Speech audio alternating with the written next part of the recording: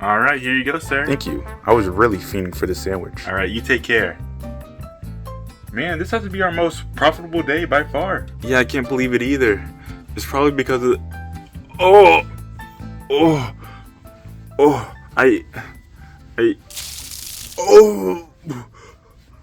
I think my water just broke.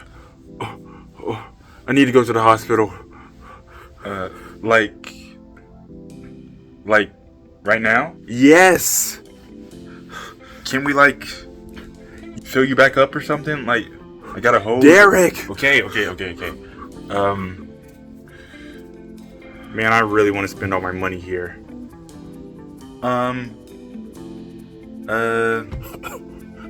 Derek. You know, I think if they don't serve us today, we should make a pact to never come here again and tell everyone this place sucks. Who's with me? Okay, fine. Okay. Anyone willing to take my wife to the ER gets a free sandwich. I'll take her. Who? You? All right, Come go here. ahead. Come with me. Come on. Let go of me. Come with me. No. All right. I want that free sandwich. Next in line. Let go of me. Come on. Hello everyone, I'm Manic, and I want you to think about your goal in life. Not just something like, I want to go to Disney World or I want to try every ice cream flavor. I want you to think of something that if you don't complete in your lifetime, that you feel that you have failed in your life. Now that you have that in your mind, I want you to think about how far are you willing to go to make sure that that dream comes true. And now that you have that in your mind, let's see if you can match Virginia's freak in The Swarm. But first, I would highly recommend watching this movie because I'm pretty much going to spoil all of it, and it's a pretty good movie. But fair warning that this is a French horror movie, so it's going to have, the dub voice. It's going to be like, where is my lighter? Could you open the door? And stuff like that. And I also want to say this movie is a slow burn. Like, I almost didn't finish it because it was so slow, but I am happy that I did. So Virginia is a single mother that lives with her two kids, Gaston and Laura, in the middle of nowhere, but with good reason. That being due to her being a farmer of locusts. And that would be a pretty good job if her business wasn't failing. Luckily, she does have a buyer that's been waiting 6 months for his shipment of 16 crates of locusts. And for some reason, he's upset that after the 6 months, she only has 4 and didn't let him know until the day of, and then tried to feign ignorance as if she never promised that. Yeah, dude took off after that. But luckily, she has her good friend Pascal, who's a winemaker and wine farmer that's able to help her out with bills. And he even sets her up with another person that can buy her locusts. So the buyer is a duck farmer, and since he's buying it for ducks, he's not willing to pay as high of a price as the previous buyer. And rather than saying no, she crashes out and then says no. Yeah, the dude took off after that. She even continues to crash out and starts destroying her. Oh no. Alright, let's check in on the kids. With their mom raising locusts being a pretty abnormal job, I'm sure you can expect that leads to one of her kids, Laura, getting picked on in school. But to be for real, if someone doesn't like you, especially in school, they can find any reason to make fun of you. This one just happened to be the easiest one. They do things like call out to her and pretend like they didn't, make fun of her mom's job, make fun of the fact that her dad hung himself in the goat pen. Yo, what did she do to you, bro? This of course caused Laura to crash out, not only on her bully, but on her mom as well. The reason for this is that in Laura's eyes, she's getting bullied because of her mom. And not only is she getting bullied, she's in the middle of nowhere, the lights are constantly going off due to using solar panels, the hot water barely works, and her house is dirty. So yeah, Virginia and Laura are pretty miserable, but Gaston is chilling. He's got his goat, he's got soccer, dude is happy as can be. And oh yeah, Virginia, you good? Ooh, you spilled your jelly everywhere. So her locusts have been feasting on her for the past hour or so as penance for destroying their house. And she somehow just ate that. Okay, well, ate is kind of a strong word because she doesn't look very lucid. But after sleeping off the brain damage, she checks on the locusts and finds out they really like blood. They are laying eggs like crazy.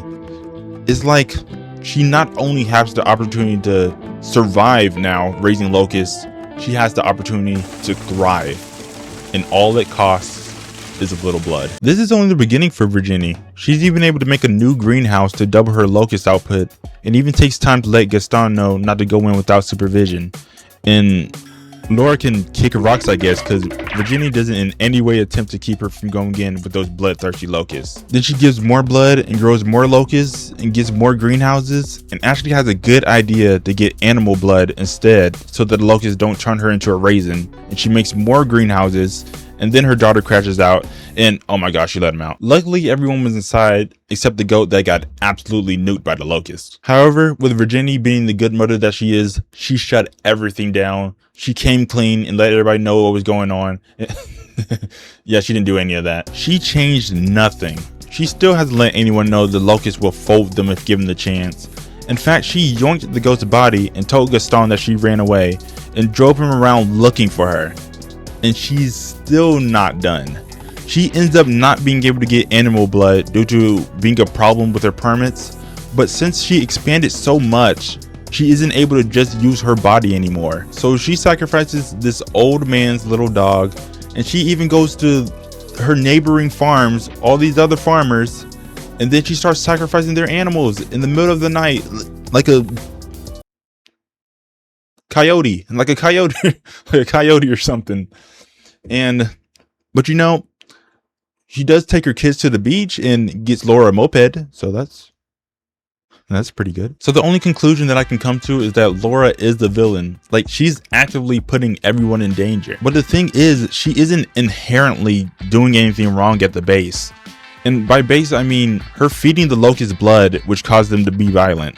It's just the way that she goes about it. She should have told everyone from the get-go that these locusts are dangerous, which I'm sure would have given Laura second thoughts about wilding out and cutting down the greenhouses, releasing the locusts, and getting the goat killed. And for the blood situation, if she were to tell Pascal, he would have definitely bought the blood for her since he has a farm too, and he would have the permits as well. And if for any reason that he's not able to do that, she could just pay somebody to be like a blood bag for her, and depending on who accepts, it might even be cheaper than the animal blood. Now, I know that isn't the most moral thing, but it's better than what she's been doing, putting everybody in danger. And like, she doesn't have to do it forever, just until she get able to get her license stuff situated, and then she can start buying animal blood herself. But her secrecy leads to everything coming to a head once Laura traumatically catches Virginia giving blood and calls Pascal to talk some sense into her. Sadly, it doesn't work, which leads to Pascal searching the greenhouses for why Virginia could be acting so strangely, causing Laura to call him.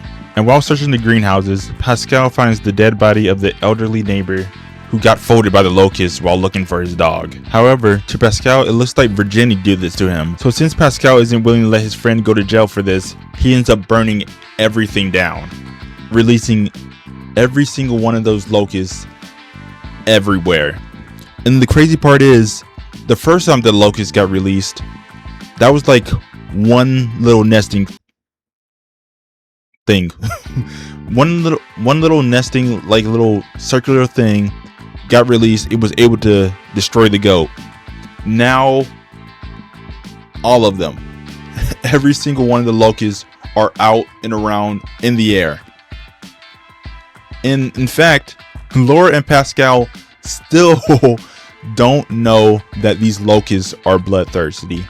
Luckily, he still says to go into the house because, you know, I feel like even if I saw like a big group of insects, I would still go in the house either way. Sadly for Pascal, they break through the window and they just start munching on them. And surprisingly, Laura, not only did she goes into the house like Pascal, she goes upstairs and somehow she's able to get downstairs and outside, and the locusts somehow didn't see her as she runs for like, she runs a decent amount of time. Locusts still aren't able to catch her, and then she makes it all the way to the water. Now here she actually has a pretty good idea. She goes under the boat and uses it as a shield, so she's pretty much invincible. The only reason that she can even get destroyed by the locusts is if they come so hard, is if they're so strong that they keep on hitting the boat and it makes them sink under. But Virginia's able to catch up and ends up sacrificing herself by cutting open her hand and slathering herself in blood, causing the locusts to all come and attack her. But just kidding, she's absolutely fine because she went under the water, so she was pretty fine. She didn't die, and they lived happily ever after. Yeah, but that's the movie. I give it an 8.5 out of 10, and like I said at the beginning, it was a slow burn, but it was definitely worth it. Oh, and if you're wondering what happened to Gaston, he went to a soccer camp and he's completely fine. He's just gonna have some trauma to come back home to. But yeah, that was pretty much it. Pretty good movie. So like, comment, and subscribe if you enjoyed, and let me know if any other movies that I should check out. So bye bye.